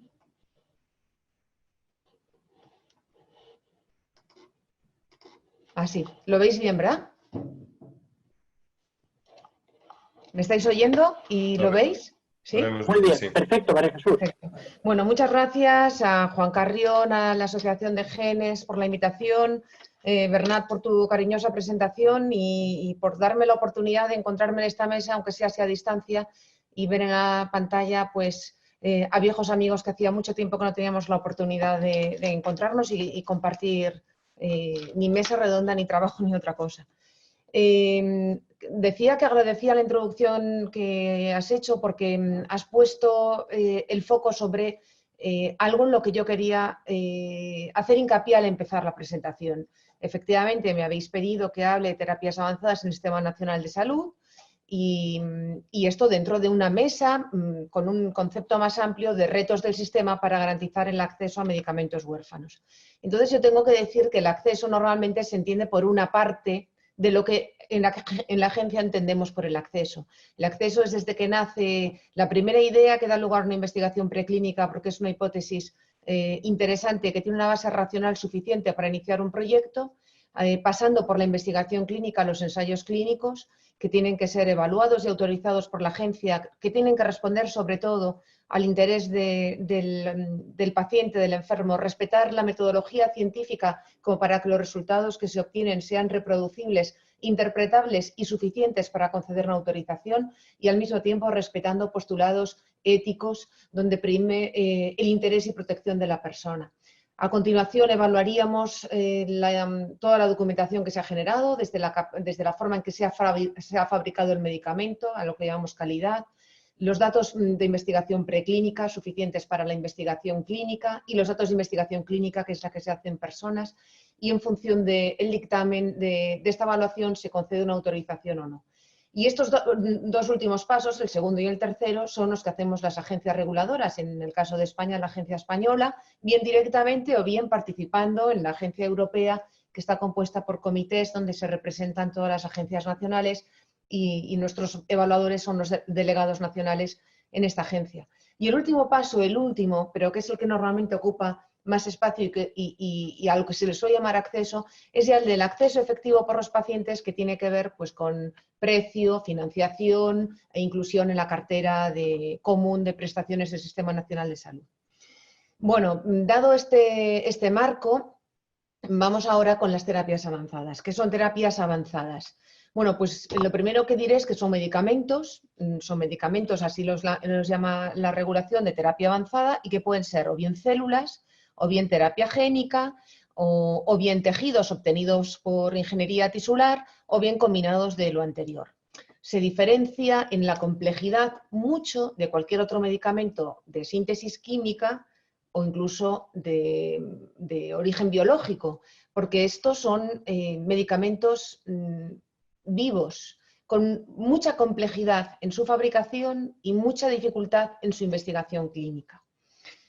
La directiva europea de medicamentos ya es muy antigua, 2001, bueno, posteriormente, la del 83, la directiva 83-2001, habla que las terapias avanzadas tienen que ser autorizadas de forma centralizada. Esto significa que no se pueden evaluar y autorizar por las agencias nacionales, sino que se evalúa por la agencia europea, pero de esta forma que he contado con la participación de nuestros evaluadores y de las agencias nacionales, que un medicamento, para ser cualificado como terapia avanzada, con las ventajas que esto pueda tener, se ve por un comité de expertos, que es el Comité de Terapias Avanzadas de la EMA, y que el hecho de que se autoricen por un procedimiento centralizado debe conferirle un acceso uniforme al mercado, porque la agencia europea da un dictamen, un veredicto de beneficio-riesgo favorable, es el beneficio que se da. Con esta investigación clínica se puede declarar que para estas indicaciones, las que autoriza la agencia, el balance beneficio-riesgo de este medicamento es favorable,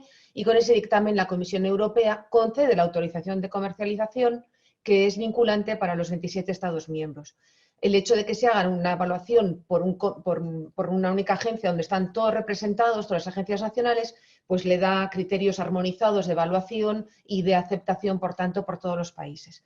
Lo que hace finalmente la agencia es esto que os decía, evaluar calidad, eficacia y seguridad del medicamento, asegurarse que el beneficio-riesgo es favorable para estos pacientes. Y no acaba ahí la labor de las agencias una vez que se autoriza, sino que continúa la farmacovigilancia post-autorización. Es importante recalcar que aunque la farmacovigilancia ha puesto siempre el foco en la seguridad, es decir, en la identificación de los efectos adversos, en realidad tiene una vocación más amplia, más ambiciosa. Es asegurarse que durante todo el ciclo de vida del medicamento el balance beneficio-riesgo sigue siendo favorable, lo que en realidad implica efectividad del medicamento en vida real, fuera de las condiciones del ensayo clínico. Para los ensayos clínicos de las terapias avanzadas, bueno, no es lo mismo evaluar un ensayo clínico de un medicamento químico o biológico que de unas células o de tejidos. Es más difícil establecer la dosis segura inicial, dosificar células, dosificar cantidad de tejido o incluso terapia génica. Es más difícil hacer el escalado de dosis en humanos, cómo pasamos de lo que es la dosis útil en el modelo animal a cómo se pasa a la dosis en humanos. Es muy necesario establecer bien los criterios de idoneidad de selección de pacientes porque, al final es la interacción de una entidad viva con una entidad viva, donde si no está muy bien claro cuáles son los criterios de selección del paciente, se van a producir factores de confusión que no sabemos si el resultado final se debe a lo que hemos administrado o se debe al paciente. Y hay que identificar programas de desarrollo potencialmente infructuosos porque no podemos someter a los pacientes a ensayos clínicos potencialmente infructuosos que podrían no llegar a nada únicamente por un interés científico. Primero, no sería ético para los pacientes someterlos a esto. Y después es que podríamos estar haciendo que perdiera una ventana de oportunidad, la posibilidad de tratarse con algo que, aunque sea de una eficacia modesta, sí ha probado ese grado de eficacia. Así que hacer ensayos clínicos con terapias avanzadas, el reto es mayor aún que con los medicamentos de síntesis. Es necesario tener datos previos de modelos animales bien sólidos, experiencia previa en humanos, pruebas de concepto antes de iniciar un ensayo clínico masivo, a poder ser aportar experiencia clínica con productos similares previo a lo que se pueda asimilar y disponer de literatura científica relevante. España es un país destacado en su actividad en investigación de terapias avanzadas y lo sabe muy bien el doctor Bernat Soria, que nos modera esta mesa, que nos acompaña hoy, porque es uno de los investigadores más destacados en terapias avanzadas. En terapia celular y terapia de tejidos, España es el número 1 en ensayos clínicos autorizados en Europa y durante mucho tiempo el número 1 del mundo. No así en terapia génica, que tiene más ensayos clínicos en Estados Unidos, pero igualmente, y en Europa hay un par de países por delante de España, pero igualmente con un importante número de ensayos clínicos. Esto sería el número de ensayos que hemos ido autorizando a lo largo de los años con terapias avanzadas. Aquí por tipo de medicamento distinguimos en azul lo que sería terapia celular, en naranja terapia génica. Fíjense cómo ha ido aumentando en los 3 últimos años la proporción de ensayos con terapia génica y en gris los ensayos a base de tejidos. Y esta es otra circunstancia particular de la investigación clínica con las terapias avanzadas que lo diferencia de otro tipo de medicamentos. Y es que es muy habitual ensayos clínicos por promotores no comerciales, por promotores académicos, por grupos de investigación, como la red Tercel, por ejemplo, de terapia celular coordinada desde el Instituto de Salud Carlos III, los propios proyectos del doctor Bernat Soria. Estos son proyectos no vinculados a un producto industrial, a un desarrollo industrial. Y esto en otro tipo de medicamentos no es habitual, pero que casi el 50% sea no comercial es muy significativo. Quiere decir que nuestro tejido investigador es muy vivo y tiene un nivel muy elevado. Algunas de estas terapias avanzadas por tejido investigador académico, por asistenciales, ha acabado convirtiéndose en un medicamento industrial recientemente aprobado, hace 1 año o 2. Bueno, esta es la acumulación de los ensayos por fase. Fase 1, fase 2 son los ensayos preliminares. La línea azul es el número de fases 1. Fíjense cómo está aumentando y el número tan elevado, lo cual quiere decir que no solo tenemos ahora un número importante de ensayos en marcha, sino que veremos con los años cómo el número de ensayos se va acumulando, porque si los fase 1 tienen éxito, se convertirán en fase 2, que a su vez llegarán a fase 3, y es la forma de llegar a tener un producto autorizado para su uso terapéutico. Las terapias avanzadas donde más están investigando es en cáncer, fundamentalmente en leucemias y linfomas, con CAR-Ts y aquí mucho con terapia génica y terapia celular, también en cardiovascular, medicina regenerativa, musculoesqueléticas, medicina regenerativa, el sistema digestivo, tratamientos de úlceras asociadas a enfermedad de Crohn o colitis ulceroso, sistema nervioso, patologías congénitas, errores congénitos de metabolismo. Aquí fundamentalmente es donde se encuentran lo que habitualmente conocemos como enfermedades raras. Es verdad que la definición de enfermedad rara, al estar asociada o estar vinculada a una prevalencia, caben muchas enfermedades que no tienen, algunas de ellas, el espíritu que entendemos por enfermedad rara, que cuando se definió, bueno, enfermedad rara es la que recibe un medicamento huérfano, lo que se definió regulatoriamente es un medicamento huérfano y lo que se pretendía es estimular el interés de los inversores en desarrollar medicamentos para patologías que no tenían alternativa y que no hay interés comercial, digamos, no hay solvencia económica para desarrollarlo. Y esto no suele ocurrir en las enfermedades oncológicas, pero sí en patologías congénitas y otras enfermedades del sistema inmune, por ejemplo. Las terapias avanzadas también se usan en COVID. Este año hemos autorizado 7 ensayos clínicos en distintos centros que se pueden ver en el mapa, con células mesenquimales. Las células mesenquimales son células muy diferenciadas, capaces de adoptar, dicho así de una forma muy sencilla, poco académica, y que pido disculpas para los oídos más afinados, si le puedo ofender, pero son células tan indiferenciadas que son capaces de diferenciarse en aquello que se necesita. Y en la enfermedad inflamatoria descontrolada pulmonar del COVID, pues tienen un efecto inmunomodulador y que controla esta enfermedad sistémica, que es la que finalmente es capaz de provocar la muerte del paciente, la que más se asocia con el desenlace fatal de esta enfermedad. Este es nuestro registro de ensayos clínicos de acceso público, donde se pueden encontrar los ensayos clínicos y su localización que se están realizando con este tipo de terapias. Bueno, hablaba al principio de cómo la directiva decía lo que eran terapias avanzadas y años después el reglamento europeo desarrolló las terapias avanzadas. Y aquí vamos ya a cosas muy interesantes. Nos dice que este reglamento pone las condiciones de cómo se deben clasificar por el Comité de Terapias Avanzadas, cómo se deben evaluar, pero nos dice que esto aplica a los que se preparan de forma industrial, por un método que implica un proceso industrial o preparados industrialmente, y que quedan excluidos de este ámbito de aplicación estos medicamentos de terapia avanzada, recordamos, terapia celular, terapia de tejidos, terapia génica, que se preparan de forma no rutinaria, de acuerdo con normas de calidad muy específicas y muy estrictas, bajo la exclusiva responsabilidad de un médico para una prescripción individual.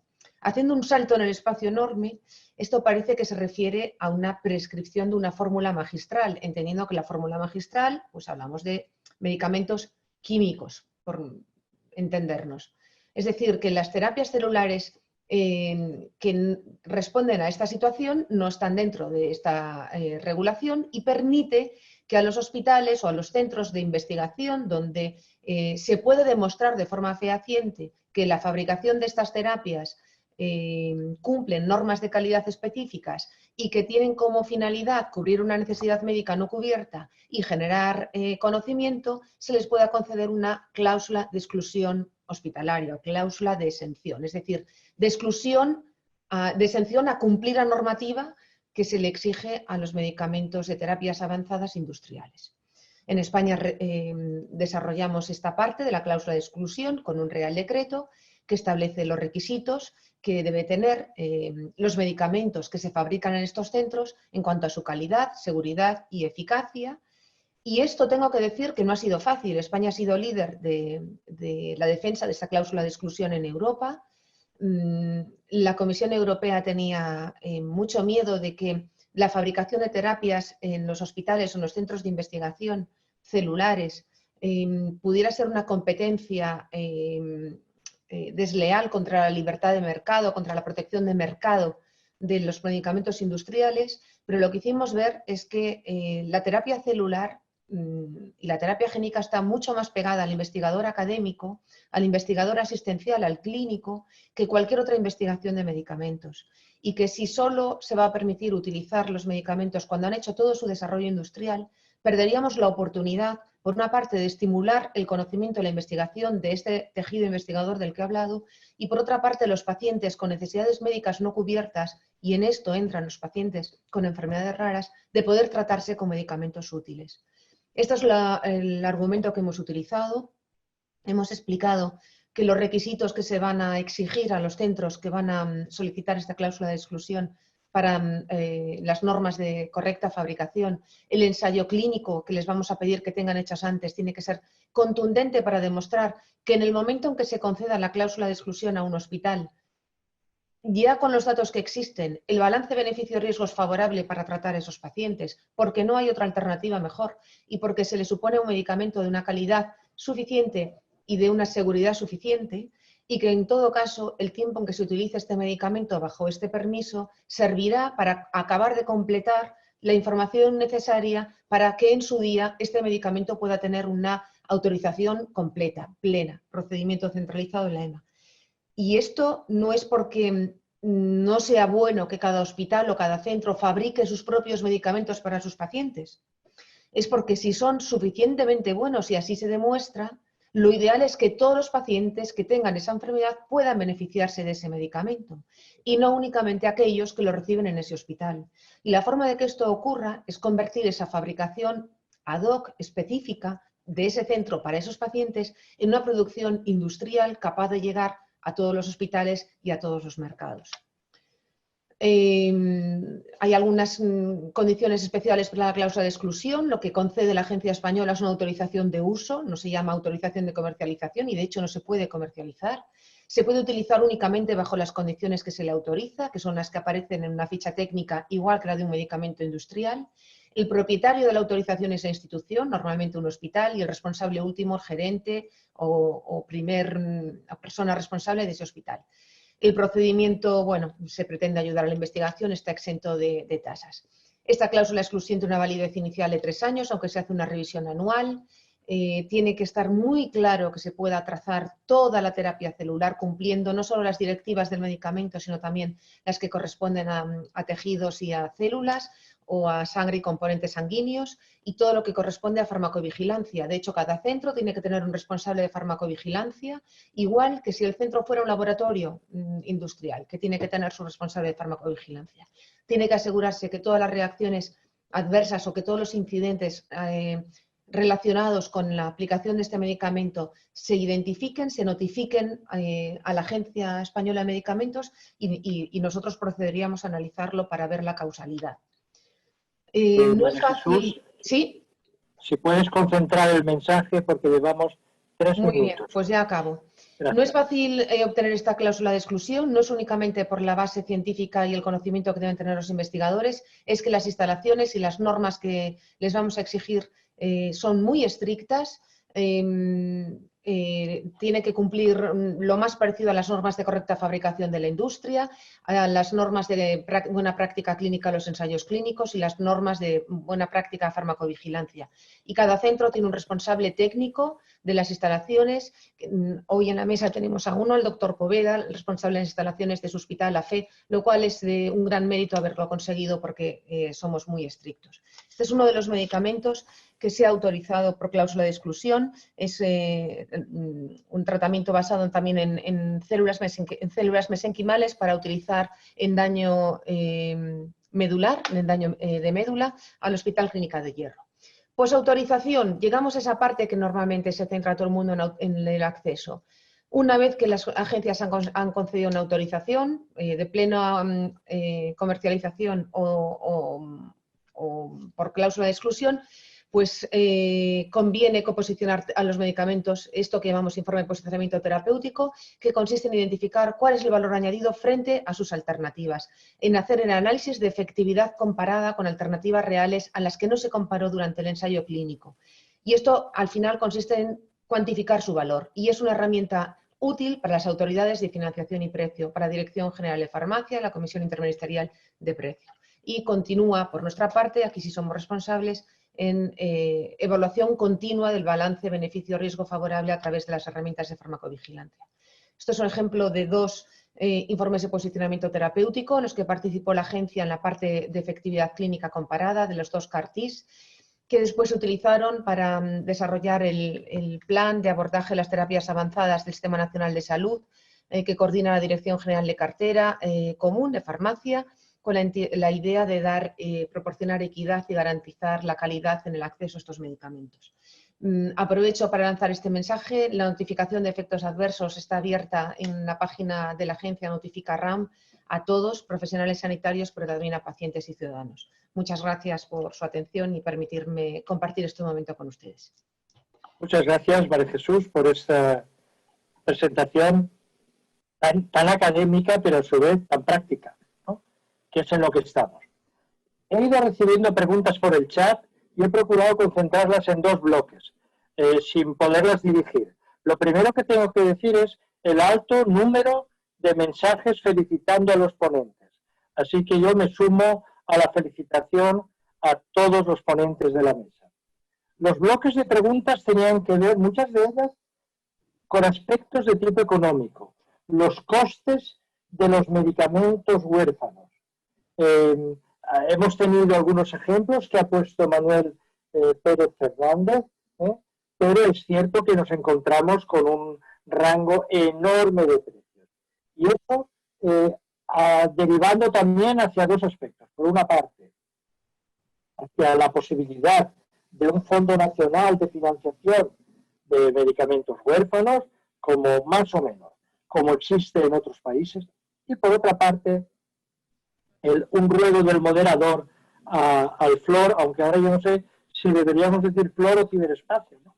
Que es no demonizar a la industria farmacéutica con la que tenemos que trabajar y nos está ayudando en un sistema que está muy regulado. Así que abrimos un debate corto entre todos los ponentes acerca de la financiación, el coste, los precios y sobre todo qué podemos hacer. Pues mira, Bernat, por alusiones, porque yo comparto al 100% lo que has dicho y no nos cansamos de decir, no sé dónde se rompió la historia de amor. La industria farmacéutica básicamente es una empresa cuyo fin es el desarrollo de terapias y de diagnósticos beneficiosos para el paciente. Y nunca hemos de perder de vista que ese es el interés nuestro, el poder hacer que los pacientes se puedan beneficiar, ¿no? Y esa historia de amor nunca se debió romper o malinterpretar en algún punto, ¿no? Pero es que hay un segundo elemento, que es que las empresas farmacéuticas instaladas en España, y sobre todo las de pequeño y medio tamaño, es la voluntad principal de nosotros como representantes el poder traer estos medicamentos a los pacientes en nuestro territorio. No tenemos otra misión en la vida, ¿no? Es cierto que hay que poner en el contexto que, como has dicho, es un ámbito muy regulado, mucho más regulado, por ejemplo, que la industria aeroespacial, y creo que hemos aprendido mucho en la pandemia de los costes asociados. Y las enfermedades minoritarias, pues un grupo muy reducido de pacientes, soportan unos costes muy elevados, que son tanto los obvios, que es el producir productos muy veces de una tecnología muy elevada, y el distribuir. Yo muchas veces estoy enviando viales 1 a 1 a hospitales de Jaén, y el tener una capacidad instalada en el país y el generar unos recursos que de alguna manera se puedan revertir en nueva investigación y que pague la investigación que has desarrollado. Con lo cual es un producto del bajo número de pacientes el que hace que los precios unitarios sean ciertamente llamativos, ¿no? Tampoco hay que perder de vista el bosque, ¿no? El bosque es que sí que es verdad que en la farmacia hospitalaria han ido incrementando su peso relativo, pero el impacto sobre el total de la farmacopea, del gasto y la inversión en farmacia en España es de un 5%, con lo cual el impacto presupuestario sigue estando dentro del umbral en el que podemos manejar. Y yo creo que el debate es social de cuánto debe apoyarse esta innovación. Voy a dar una pequeña anécdota y ya doy paso, ¿no? Muy brevemente. ¿Y por qué son tan caros los medicamentos? Ahora que estamos hablando tanto de la vacuna del COVID, me gustaría asociar a mi empresa el desarrollo de las nanopartículas lipídicas, que son el vehículo para llevar estas vacunas de RNA Y esto fue un desarrollo de hace 10 años donde nosotros ni siquiera sabíamos que íbamos a lanzar nada al mercado. Simplemente para hacer ver que toda inversión e innovación da frutos muy posteriormente y muy ramificados. Ni siquiera sabemos en qué, para poner el contexto de qué hablamos cuando hablamos de inversión en enfermedades minoritarias y fármacos huérfanos. ¿Alguien más quiere intervenir en el coste o quiere apuntar si el parámetro, Fernando o José Luis, el parámetro coste-efectividad es el parámetro que tenemos que utilizar o damos un paso más? Bueno, yo creo que aquí hay diferentes aspectos. En primer lugar es que todo el desarrollo que hemos hecho en la industria farmacéutica, el desarrollo de fármacos, no ha estado, no ha tenido un modelo asociado a la enfermedad rara, sino a los blockbusters, realmente a los medicamentos para mucha población, ¿no? Cuando los costes se podían distribuir entre mucha población, el coste por unidad era muy pequeño. Eso, al cambiar por el tema de la enfermedad rara, seguimos manteniendo, digamos, estructuras de los mismos costes que hay que repercutir en pocos pacientes, ¿no? Yo creo que hay que cambiar varias cosas. Probablemente el propio diseño de los ensayos clínicos, también creo que probablemente las estructuras con las que estamos sustentando la evidencia en los ensayos clínicos, incluso la aportación preliminar de la incorporación de pacientes, ¿no? Aún así, creo que también tenemos que considerar que el parámetro, los parámetros lo importante es tener parámetros que midan, ¿no? Y tomar las decisiones respecto a esos parámetros, ¿no? En estos momentos, yo sinceramente creo que es bastante difícil saber cuáles son los criterios que utiliza la Dirección General de Cartera Común para fijar cuáles son los medicamentos que deben ser aprobados o no. No tenemos un umbral con el coste-efectividad y no hay una metodología explícita, que no digo que no se utilice, pero no explícita y transparente, para saber cuáles son, digamos, los criterios que se han introducido en la ecuación para determinar qué medicamento debe ser financiado o no. Aún así, y también al hilo de una pregunta que he visto en el chat, ¿no? La mayor parte de los medicamentos se están retrasando porque hay un proceso de negociación largo entre las compañías y el ministerio para llegar a un punto en común del acuerdo de medicamentos, no por el tema de que sean porque haya una relación beneficio-riesgo no adecuada, que eso ya lo han determinado las agencias, ¿no? Por tanto, esa era la siguiente pregunta. Pero que tú le estás sugiriendo a María Jesús que tenemos que cambiar el modelo de ensayos clínicos cuando hablamos de terapias avanzadas o cuando hablamos de enfermedades con muy baja prevalencia. Y una pregunta más, como sé que la probabilidad de que, bueno, quizás María Jesús, pero la probabilidad de que el resto sea ministro de Economía es muy escasa, deberíamos de generar un fondo especial para no solamente para costear el precio, el coste de los medicamentos huérfanos, sino para hacer la investigación en paralelo que permite generar nuevos medicamentos o mejorar los existentes. Yo creo que, aparte de pasarle la palabra a Chus Lamas, creo que no es tanto quizá el cambio del modelo, sino el diseño también de los diferentes ensayos clínicos, cada vez a una terapia más personalizada, donde evidentemente las Ns tampoco pueden ser de la magnitud que estamos estableciendo, ¿no?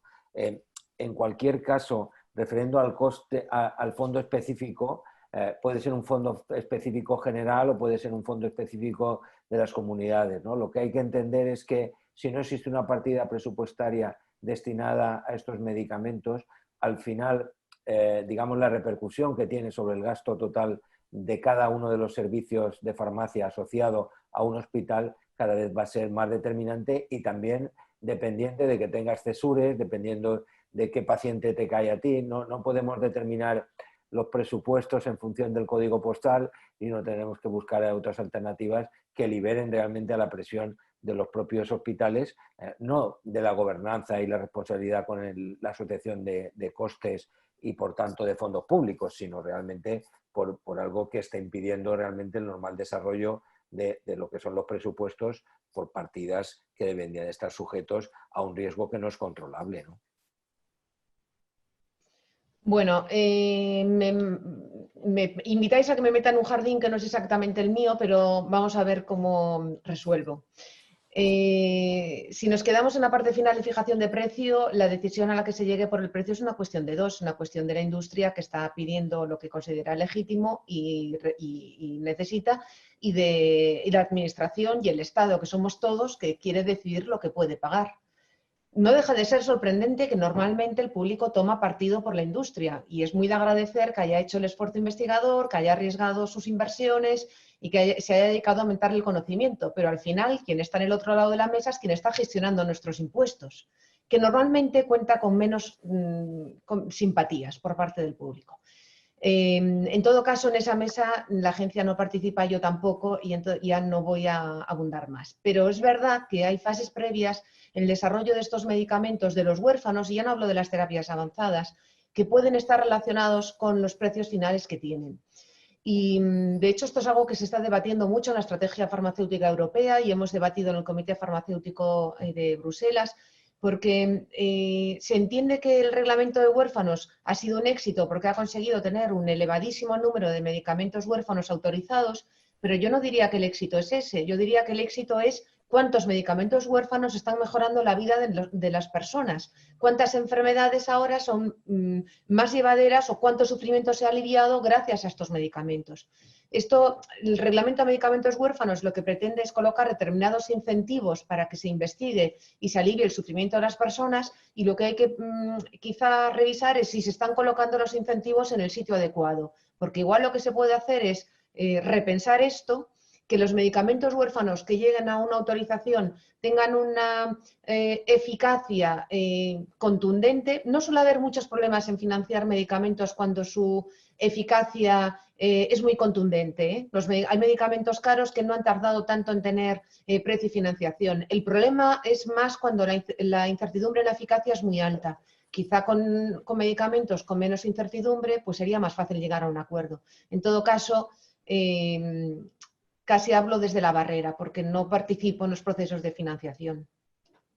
Es cierto, además, que la construcción del precio de un medicamento es un tema extremadamente complejo y necesitamos expertos en esos campos. Fernando, sé que vas a intervenir, pero además de eso, ¿quieres intervenir sobre una pregunta recurrente que es la desigualdad entre diferentes comunidades autónomas? Cosa que nos preocupa a todos, porque la Constitución recuerda la igualdad, pero creo que equidad sería más correcto. Y es cierto que hay mecanismos para garantizar la equidad. Hay una cosa que se llama Fondo de Cohesión, que permite el trabajar a favor de la equidad. Pero también es cierto que en la Constitución están las competencias de las comunidades para, sobre la cartera básica de servicios, añadir lo que estimen oportuno. Fernando, ¿qué nos cuentas? Sí, pues mire, vamos a ver. La cuestión es la siguiente.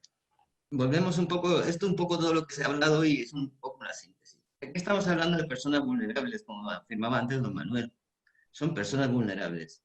Esta situación de la industria, que tiene su legítimo interés, porque no deja de ser su práctica mercantil, pues es su trabajo, lo desarrollan, tiene su coste.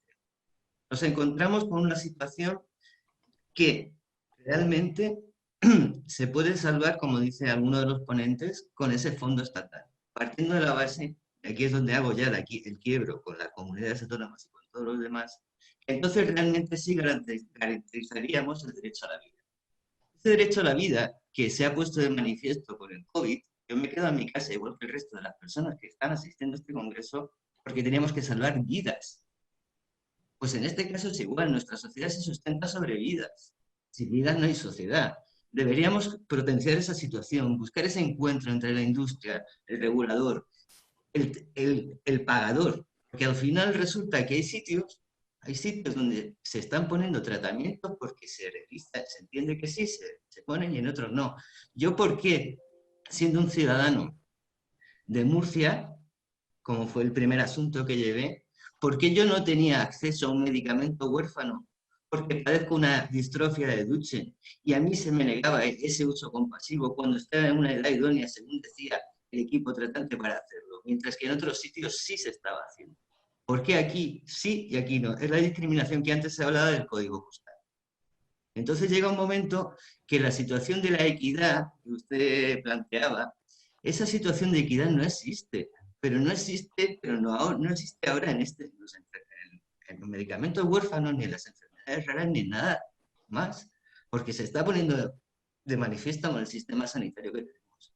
El problema de toda esta situación viene de los recortes presupuestarios que sufrimos con los últimos gobiernos del Partido Popular, que fue cuando se modificó todo el sistema regulatorio y se empezaron con el control de los precios.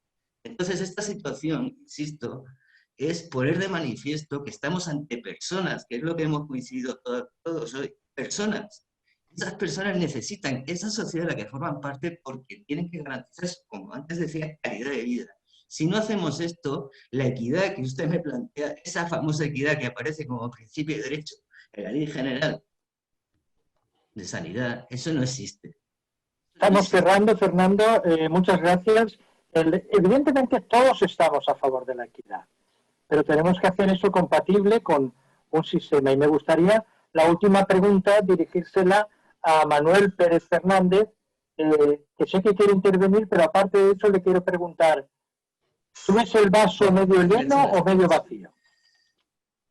Porque cuando yo acabé la carrera este vaso no existía, ¿eh? Y en los últimos 25 años ha hecho un cambio brutal.